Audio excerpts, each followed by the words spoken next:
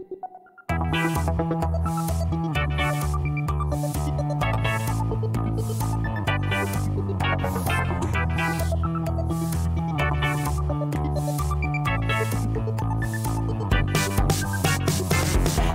ou Tripoli, Vilnius ou Benghazi, Paris, Moscou, on fait le boonga, boonga. Bangkok ou Bogota, Le Caire ou Jakarta, Gustavia, on fait le boonga, boonga. Hello everyone, this is BungaCast, the global politics podcast at the end of history with Philip Cunliffe, George Hoare, and myself, Alex Hochuli. And very importantly, a couple who insist on not being called Maliks, but instead being given their proper names, Maren, Thom, and Alex Dale from the Performance Anxiety podcast. Welcome, and hello to everyone. Hello. Gentlemen. Hello. Hi, Alex and Alex. So many Alexes, and Maren, and Phil. Why not? This is why we're going to have to say Maliks, because there'll be no way to differentiate between all of the confusion. Oh, I can be an Alex. Well, everybody wants to be one, but not everybody can be one. We'll perform it. So we're gonna I'm gonna hand over to George to introduce this episode actually, and maybe introduce our guests as well. One who may be familiar to regular listeners of BungaCast, another who may be new to you. Yeah, so Maren, a BungaCast recidivist, and Alex, welcome first time on the show. Yeah, so I just guess what we wanted to talk through film. Essentially, we've got some questions and some things to discuss. But first of all, recently we had this Sight and Sound poll of the best films of all time, and perhaps a surprise winner in the 2022 poll. So this was in December, and it was a film that I must admit I haven't seen, Jan Dielman, and I guess just to kick things off, does this poll represent the politicization of the film canon, the rewriting of the history of the best films ever to privilege a kind of politically worthy over an aesthetically brilliant film? Maren, you had some thoughts on this before we started recording. Yeah, well, there's been this kind of eclat almost on the reaction to the Sight and Sound poll, which comes out around roughly every 10 years or so, where usually it was film critics from newspapers and magazines and, real hardcore film people who would, decide on which are the best films. Like that's the criteria, the best films. And usually it's been, of course, dominated by things like Citizen Kane. Usually it was Vertigo the past 2 times the poll was out. And it was always quite an authority, the Sight and Sound poll, about what is part of the canon of cinema. What we would consider as, the milestones and the important films that we should see if we want to understand and learn about cinema. And this year, what they have done is they have expanded the voting pool of people. They've essentially gerrymandered it. They've gerrymandered the vote, yes. So instead of having film critics writing down what the best films are, they've invited specially selected academics and bloggers and, cine people to, write about what the famous the best films are. And suddenly we have Chantal Akerman, number 1 spot, a film that nobody's seen. Doesn't mean it's a bad film. I mean, but on the other hand, not many people have seen Citizen Kane either. But I think it's fair to say there's a lot more bored film students who've seen Citizen Kane than they have the Chantal Akerman movie, right? Yeah, so there has been a lot of very obvious gerrymandering going on in that it now includes kind of a big number of films that are obviously in there not for their artistic merit or for their historical importance, but for their message, for their political message. Yeah. I mean, is there a risk of reading too much into this, or should we be, clutching any pearls that we have available and saying, this is the film establishment's willingness to throw its own history, its own kind of credibility and authority under the bus just to make some quick political points? It is, and I don't think that it's a surprise to many people that the film industry it does that. It's expected, and I don't think people have been reading Sight and Sound for many years. I've given up on Sight and Sound about 10 years ago. It's not been very interesting or giving any good insights in what is cinema, which is the sort of the ontological question that bothers every kind of film scholar. But it's been a kind of really boring politico fest for the past 10, 15 years. I don't care. I think what I would add to that is, like absolutely every other discipline that is currently kind of decolonizing itself, for want of a better word, it's in the process of emptying out any content that is inherent to itself, what is the essence of film, and replacing it with something else. Yeah. Film is absolutely no different to any other discipline in that regard. So or they're trying to anyway. The Sight and Sound debacle is just basically one more example of why we're doing our podcast. Performance anxiety. Yeah, I should probably have introduced a bit more at the top the podcast, but I thought that the plugs for it would come out organically. It's sort of like a cold. Well, it's not really a cold open that we've done there. It's kind of like a lukewarm opening. But that's maybe just a kind of lukewarm bath that you slip into, and it warms up as it goes along. Maybe it's a pre-titles sequence, and now a pre-credit sequence, and now we can move into the main course or the feature. That's the way to put it, to extend the analogy.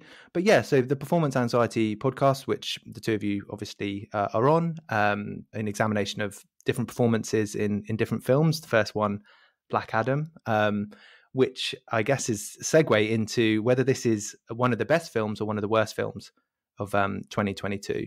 And yeah, I mean, what films particularly enthralled the two of you? I mean, frustrated maybe? And what were the kind of elements of performance that maybe distinguished these great films from these terrible ones? And don't worry, Alex and Phil, we can also throw in our own favourites and disfavourites into the list of best and worst from 2022. I think what we need to really make clear is why we wanted to make Performance Anxiety. And it's not because we really like some films or we don't like some films, but I think we wanted to make Performance Anxiety to talk about film as art and especially performance, because all these kind of debates around how films should be analyzed and seen is always about performance, casting, and representation. Is it worth talking about that now, or should we just answer the question first? No, because it'll come out organically. No, you can be like politicians. You can answer the question that you would have preferred to have been asked. So yeah, performance. What is it?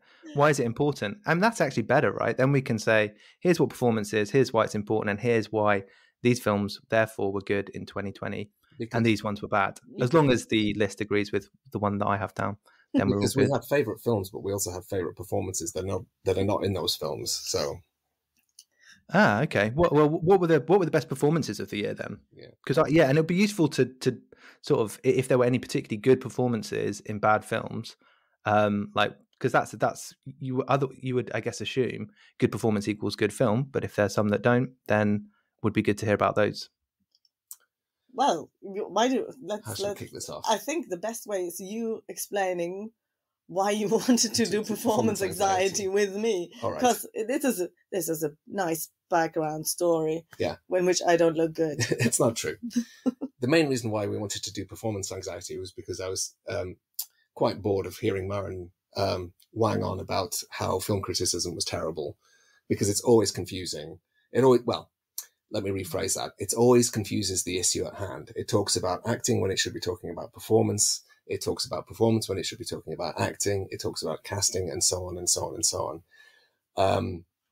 And you can start to see that there's a very shallow culture war, for want of a better expression, takes place around the making and the appreciation of culture, and in particular film, but also television and so on, where there are these squabbles over who should play what, who should be the next James Bond, who should be the next Doctor Who, and so on and so on and so on.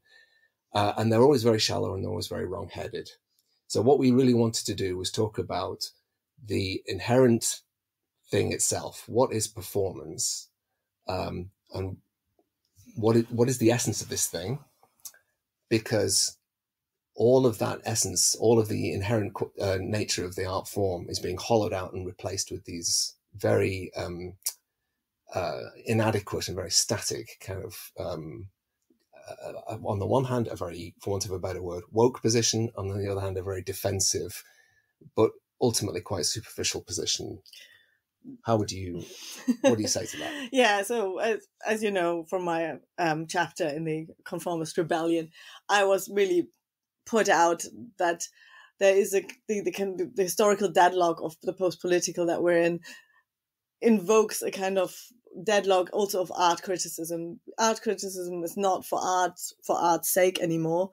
So everything's just piling on, everything's examined through representation, wokeness, or how does the piece of art work in the greater scheme of the post-political.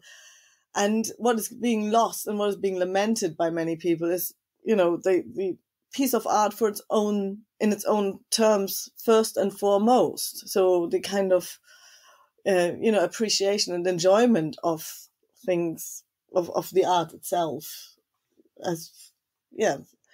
And this is why I always bang on about, performance, in that performance is different than acting. In that, acting is what I would probably say is what the actor does. It's kind of a craft. But the performance is where the meaning is made in film and cinema and theatre. It's the combination of a lot of things. It's a production. Yeah. The way I tend to crassly simplify this is performance is something that let me try that again. Performance is assembled. It's an assemblage of things, of which acting is a subset. So the actor stands in front of the camera and does things and emotes, but the performance is also where the camera stands. It's the editing, it's the music, it's the costumes, all of those things together. And the last part of that is the relationship then between the audience and that assembled thing. So the way meaning is made is more subtle and more complicated than all of these kind of very annoying and very trivial kind of cultural hot takes happens. And that's what we need to get to the heart of and enjoy a bit more. Yeah. So I mean, this is like it's a distinction that I wasn't really entirely familiar with. I probably would have collapsed the two into one thing. What's left over? I mean, if you have acting and you have performance, what's left over? I mean, other than the kind of wider questions about meaning and context, is something like the script included? Is the writing included in the performance as well, or is it just what what gets put on stage, as it were? Well, in the performance, I would define as the final meaning of all these things put together. So you're including the writing in. Yeah, the performance is the ultimate product. That's where then, we as the audience create meaning out of this, what is being presented to us. So the idea of performance is this kind of carefully constructed artwork that involves the work of the actor, the work of the producer, director, depending on what we're actually being seen or shown. Can I offer you a crass example to shoot down? Shoot away. One of my favorite examples of this is bloody Love Actually, right? People love to hate this film, but they always say, oh, but Emma Thompson's amazing, she's a great actress. But the key to that, I think, is the performance. She has written the one empathetic storyline. As an actor, all she has to do is go into a room and cry, which I think any first-year drama student should be able to do, right? So as an actress, she's incredibly limited, or at least not very interesting. But because that particular piece of acting takes place within this written context, then it becomes a performance that everybody likes and empathizes with, right? Yeah, it becomes, it has meaning outside the actual acting, which is not very good. Right. No, that's really useful. Yeah. So I guess to bring out some more examples, because it seems like with that distinction, it's like acting can only, like any other one of the parts can fail, and so the performance fails. So it's like you need a competent actor then who can like not mess things up. But yeah, so what are some of the best performances of the past year? Either those in good films or in bad films, because it seems like, yeah, if the performance is good and you're transmitting meaning, then isn't this a good film? Yeah, I think I must say, you know, but having just watched Avatar, I think there are really good performances in this. Terrible, you know, the acting in itself not stand out-ish, but it's put together in a way that works really well, because it works together with this kind of really massive production around it that creates a whole new thing that is even outside of a kind of just one person acting. And I really enjoyed that. But it's a cartoon, isn't it, with CGI? Yeah. Have you not listened to our latest episode? Well, yesterday. Okay, no, but wait. My point is, like, can you really talk about performance in that context? Especially, yeah. I think it's really interesting to talk about performance in that context. Well, without wishing to spoil our own episode too much, the point here is that there needs to be, within this cartoon, some trace of humanity at some point. Yeah. I think Maren has the technical knowledge about index and semiology and all of that. Yeah. So the episode very much makes clear that the CGI is only possible because there's performance there. In the sense of humanity. Yeah. So the idea of having an alien race is difficult to empathize with. So having CGI or the kind of motion capture performances brings in a humanity that is necessary for us to empathize with the aliens. Otherwise, there would be aliens like the aliens in Aliens and James Cameron's Aliens film. They would be not empathizable. Empathizable? Is that a word? It is now. It is now. Yeah, no, I mean, I think I follow that. I confess I've not seen Avatar 1 or Avatar 2. And that is because I know that that I would be one of these very crude people who would only see it politically, and I wouldn't be able to understand it any other way, and that I would support the humans bringing industry and progress and economic growth to this you would. creepy, disgusting planet of organic, kind of interconnected, biodiverse slime or whatever it is. Believe me, it's very satisfying to read it that way as well. I mean, I would watch it just for that. They've got amazing sort of technological inventions there. Yeah, I think, just as an aside, James Cameron plainly loves machines in spite of everything. Paradoxically, he really, really loves to invent these massive Earth terraforming things, and I love that. But that's by the by. Yeah. So I just wanted to ask something. I mean, this is obviously, making like a really good pitch for your podcast, obviously, but also, just for aesthetic criticism on its own terms in under the kind of bracket of performance, which I think is kind of interesting, or at least it's new to me. Maybe I'm stupid, but I think that's really interesting. You mentioned earlier on, actually, Alex Dale, you were saying that, I clarified that it was Alex Dale as if there was not going to be another Alex. I'm the other Alex. I'm not going to get confused there. You could have been asking yourself a question. I could have, yeah. In a very verbose way. You'd referred to, obviously, kind of wokeness in film criticism, and we all know what that looks like, and there's probably not worth inquiring any further into that. We all know what we're talking about here.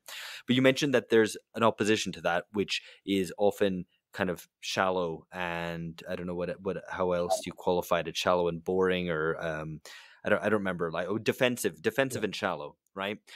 Is the anti-woke kind of defense there?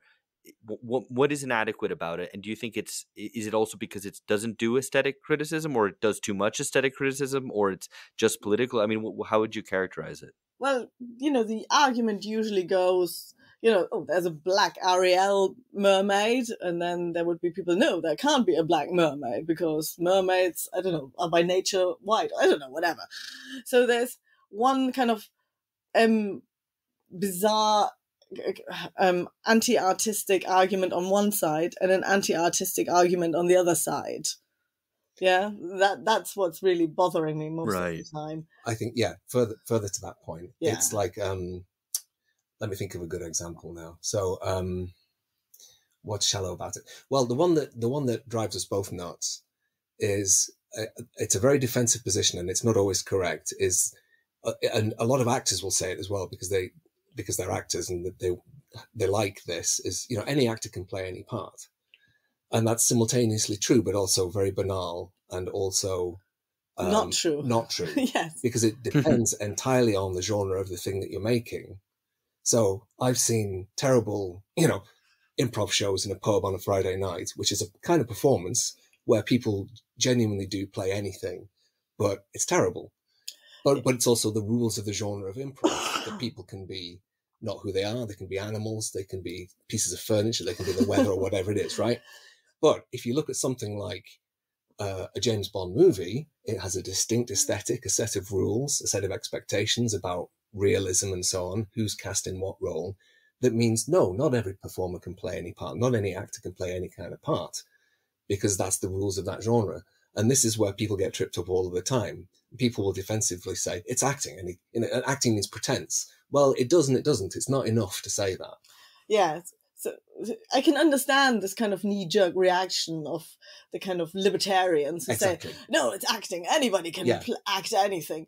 And I like that, but it's not enough. And I can understand this kind of reaction to this really Philistine assumption, you know, that only people with these life experience can play the certain parts, and only sort of disabled people can play disabled roles. Yeah. Really anti-humanist, horrible assumptions like this. Yeah. And so, of course, I can understand this libertarian revolt against this. On the other hand, acting, yes, performance, no. You know, because there is something about, you know, the idea of casting that brings in meaning. You know, what Joss Whedon always says, casting is storytelling, and that's true. You have to cast the right person for the story that you want to tell. Yeah. Maybe you want to tell the story of Kate Winslet as Martin Luther King or something. You know, that's a legitimate story, but that's with this you create your own logic of this, within which the story takes place, and that makes sense. I think another example would be what's his name, Brendan Fraser. I can't remember the name of the show, sorry, but he plays this big fat person. Brendan Fraser? Yeah. He's just become popular again. Oh, the whale. Yeah. Ah. So he plays the whale, and there was lots of criticism saying, how dare a nice actor put on a fat suit, which is absurd, because you can get any fat fuck, pardon my language, you can get any fat actor, but none of them are Brendan Fraser. And that's the important quality here. Yeah. It's not the fatness, it's the Brendan Fraser-ness. Well, and people always admire when people lose weight for films, right? Like, oh, they really got in shape, or even, you know, they slim down so much to play a Holocaust victim, right? That's allowed, but the other way around isn't. Can you not? But actually, Jason Schwartzman, apparently, to play Louis XIV, he put on weight by setting an alarm in the middle of the night and then eating some Krispy Kremes, and then he'd go back to bed. Yeah. So, you know, isn't it a bit of a shortcut to wear a fat suit when you could be just eating a million donuts? But anyway, I did want to bring up a specific example of a performance from the past year, which you talk about on your show, and this is The Rock in Black Adam. So The Rock, arguably the most kind of iconic film star at the moment. You know what you're going to get from The Rock. He brings in, I think, as you guys said, like on your show, like all this stuff, like all this rockness, if you want to put it that way. He brings like to any role like this character, which is like has some leftover from whatever the role is that he's supposed to be playing, because you know he's The Rock and he's going to do the, you know, I think he's a great comic actor. You know, he's got the look, he's got the eyebrows, he's got the kind of the timing, all that sort of thing. But yeah, so why is this why was this a kind of iconic performance from the past year? And actually, did you think the film was good or not? Because I think it really split opinion, and I have my take on it. Obviously, this is what I want to do with this episode, is just categorize all films as good or bad. I think we liked a lot of the film, especially the action sequences were really well done. They were really engaging, and I thought that was something that I really could feel myself into, because he was sort of set within the action sequence and apart from the action sequences in a kind of really nice dialectic. And I really enjoyed that. It was really good.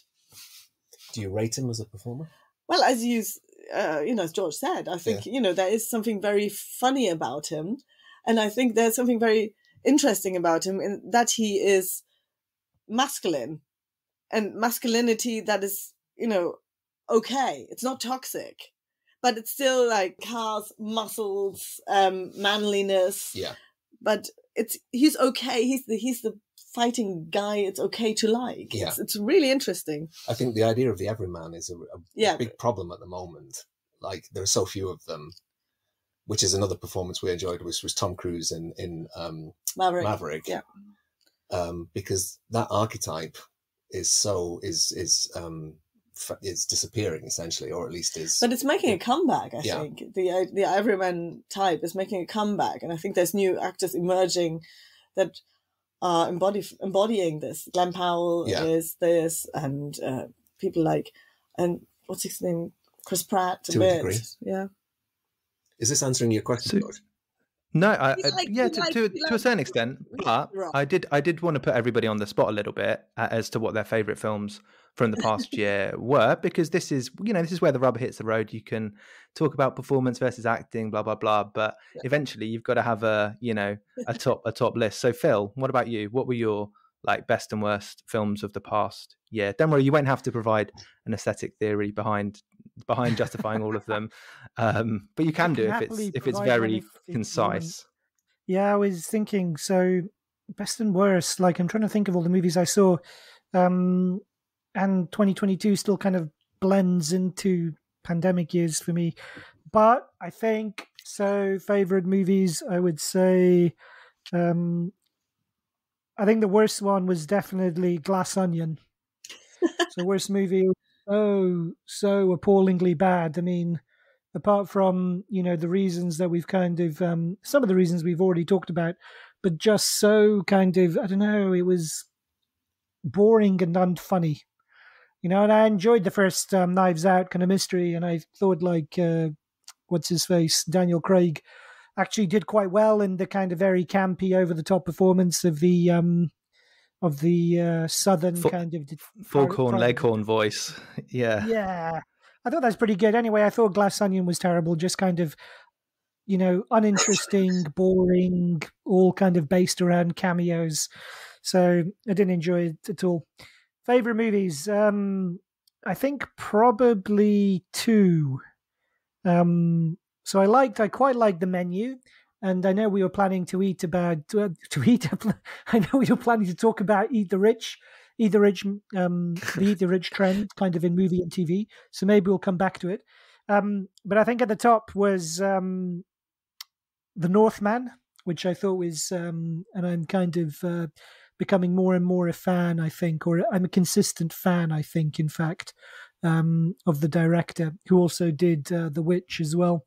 And also Men, which has kind of grown on me in retrospect, because I thought at the time when I watched it, I thought it was kind of shallow and even kind of woke, maybe even a bit kind of woke. So it's directed by Alex Garland, who did Annihilation, and he was the author of The Beach.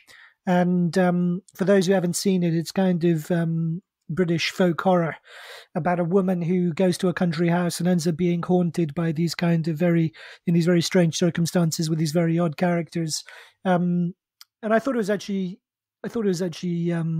looking back on it, the more I think about it, the better I think it was. So I think it'd be a tie for me between Men and The Northmen, which is the Alex Skarsgård Viking movie. And with the thing I enjoyed the most about that, I think, was that the way in which I thought it was amazing kind of rendition of pagan myth, with the CGI effects, I thought were used to, were kind of succeeded very well in that, but also how it kind of combined that with I suppose the juxtaposition between a drama with modern themes, because it's basically the original kind of the pre-Shakespearean story of Hamlet, combined with Christianity, kind of themes from Christianity, and the kind of the pagan visions of the protagonist played by Alex Skarsgård, who's the Northman bent on revenge against his uncle and his mother. So yeah, man or men. See a bit of a men, theme there. Men and the Northman. Yeah, man or men, indeed. Alex H, what about you? Well, what were your Phil talked about top? eating film, and I mean, we might have to end up there because, as you know, if Maren has already given up on sight and sound, as you said earlier, maybe taste and feel is all we'll have left. So that's how we'll have to approach film. Jesus. There's still smell. I can still smell. Yeah, no, that's right. The sweet smell of film in the morning. I think interestingly about the Northmen, and actually there are two films this year which I really eagerly anticipated because they're made by two of my favorite kind of younger directors, and that's Ruben Östlund and Triangle of Sadness, and Robert Eggers' The Northman, and both disappointed me slightly. I think they're both very solid films, and if I weren't familiar with the work of those directors, I would have been pretty happy with those films. I think the curious thing about The Northman, given that we were Phil already brought it up, was precisely that it is so kind of faithful to its own universe and to the kind of real historical universe that used to exist, and the rules of kind of Norse pagan religion and the things that motivate those people. And yet it's also an action movie, kind of you're meant to get behind the guy. I don't know, are you meant to get behind the protagonist and cheer him on? That ambiguity left me a little bit cold, because I wasn't sure whether, like, I love The Witch. It's not a perfect film, but I think it's fantastic. And I thought The Lighthouse was brilliant as well, and I was totally happy with those films being what they were. The Northman, it's obviously a bigger film. I watched it in the cinema, where I didn't watch the other two in the cinema, so I was expecting to love it, and I found myself a little bit in a halfway house, I guess, between just loving being in this historical moment that it depicts in its own universe, and kind of wanting to cheer on the hero, and it neither quite satisfied. So I found myself in a weird in between. There were two great moments, I thought, where it totally had me. So, and spoiler alerts for any listener who's not seen it. So it was when the Valkyrie is taking the Northman to the gates of Valhalla, which I thought was just an amazing kind of scene in itself. And also when a couple of the Vikings are discussing Alex Skarsgård's the murders that he commits, the protagonist commits, and they try and account for them in Christian terms, whether or not this is, the work of a Christian. I thought those two moments, the movie completely had me. And, I know what you're getting at, Alex, but I still thought, like, despite some of the weaknesses, it's still just, it was on a bigger scale, than either The Witch or The Lighthouse, I thought, and they kind of won me for that. But I know you also like the Crimes of the Future, and you were very big on Crimes of the Future, Alex H. And I was, that left me, that kind of, I wasn't so, though I like Cronenberg a lot, but I was left a bit cold by that. I completely forgot I initially forgot what that film was, and then I remembered just now, and then I've completely forgotten what my take was, which I assure you was pretty brilliant and insightful. You said it was the best. You said you loved it on Facebook. Yeah, well, ranting and raving about it. I'm going to look up my Facebook feed and try to find out what I felt. Yeah. But Alex H, I did want what was want to ask you what the worst film you saw this year was.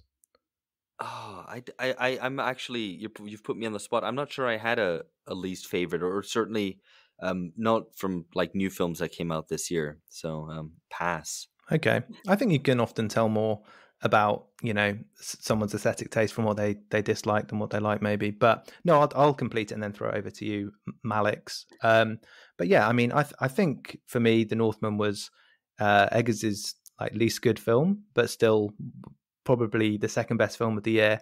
Because I think on reflection, as I was like trying to think what good films I'd seen this year, I think it might be the worst year of film that I've ever I can really remember. But that might be 2020, 2021, 2022 all kind of mixing into each other. So the worst film that I saw was Jurassic World Dominion, which kind of achieved this like level of like terribleness that it was kind of captivating. I actually saw it in the cinema, big kind of spectacle. but like it just didn't make any sense on any level.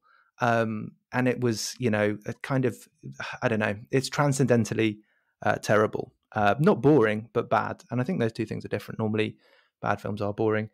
But the best film was Top Gun Maverick. I did see it twice in the cinema. I thought it was just really good. I mean, you know, that might be a little lowbrow. Sorry, it's not some kind of sight and sound worthy foreign director film, but it's, you know, just a well-written film.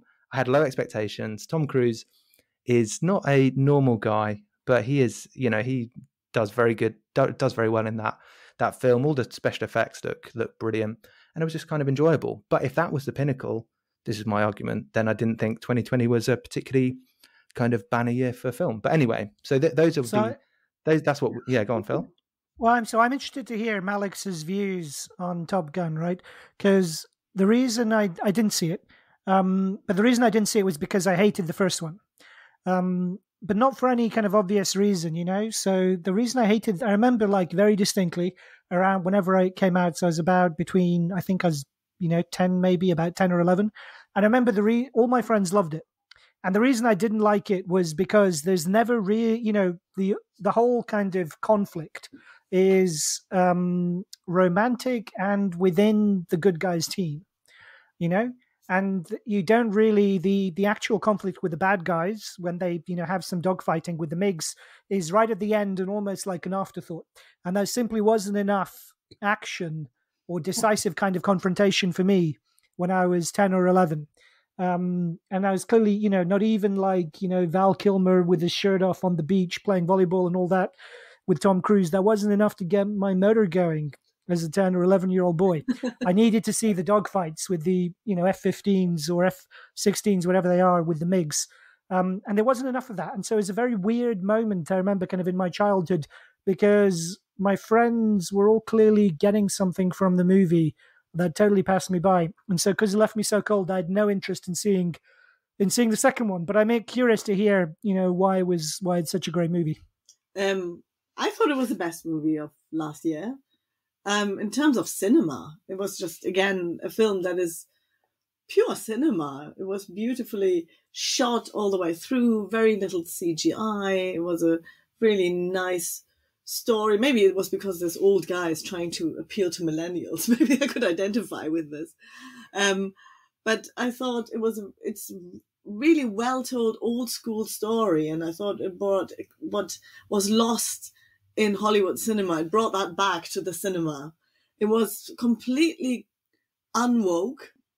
In the sense of it just being, I think, bulletproof. It was bulletproof against wokeness. And that was kind of really, really, you didn't have to constantly be on the kind of back foot to say, what is it going wrong? What can people throw at it? Nothing. Yeah. So there was a woman pilot, but there was absolutely no, there was nothing made of it at all. She was just a woman and she was. But it was also the action sequences were really, really well done. It was very little CGI. They put all the actors in the planes and then whooshed them around and filmed them. Yeah, you could see Tom Cruise's like plastic face really taking that G-force. It was great to see. And of course, Glenn Powell's one of our favorite actors, and he's in it. He plays the kind of new Iceman, isn't he? He's cocky. Yeah, he's cocky, but he's also the good guy in the end. It's really nice.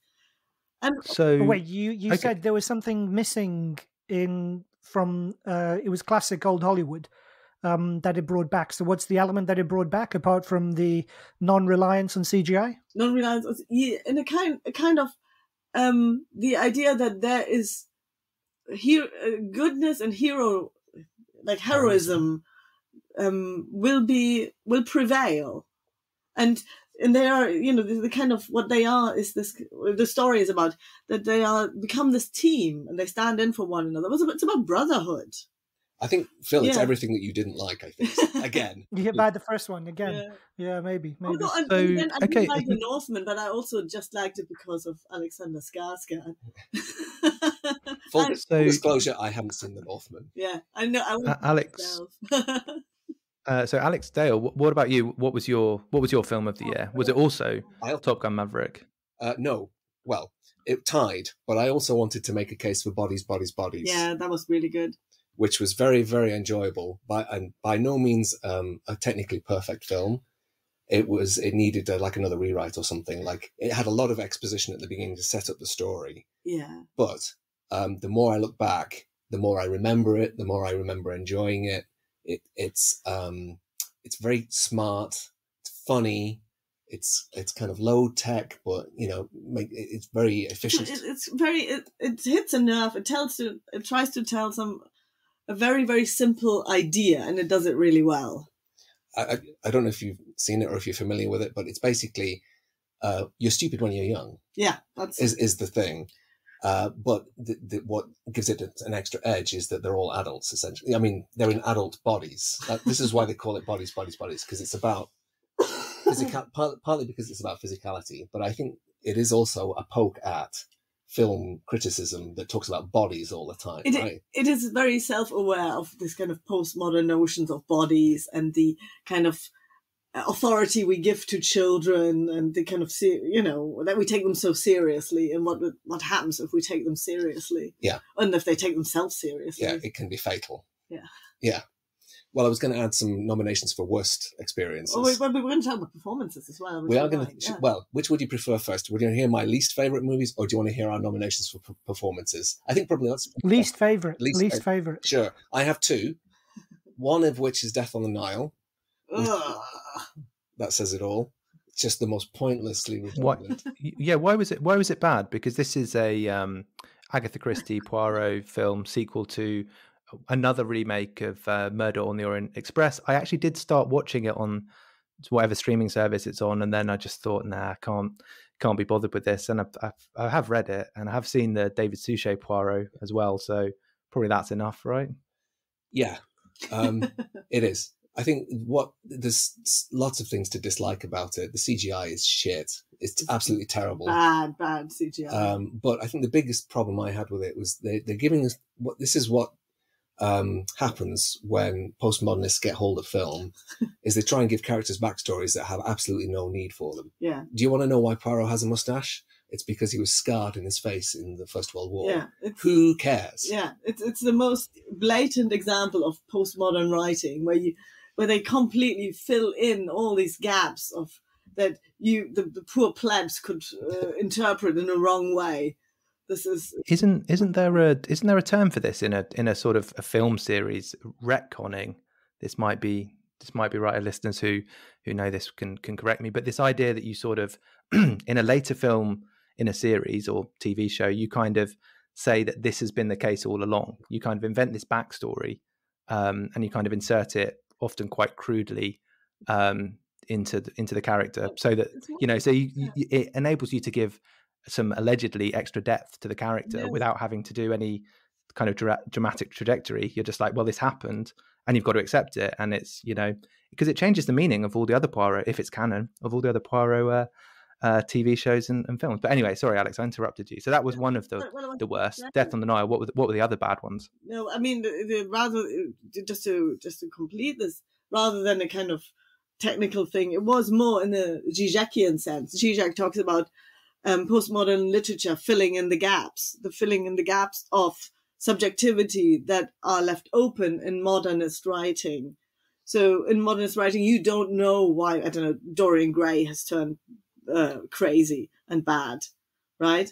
But in the kind of postmodern filmmaking, they give him the backstory of a bad childhood. This is the kind of filling in the gaps.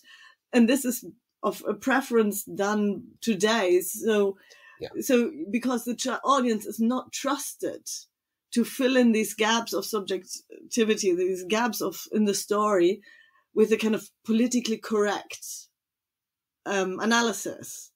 They could think of a kind of racist backstory or sexist backstory. So they don't want to risk this and give you always the kind of filler.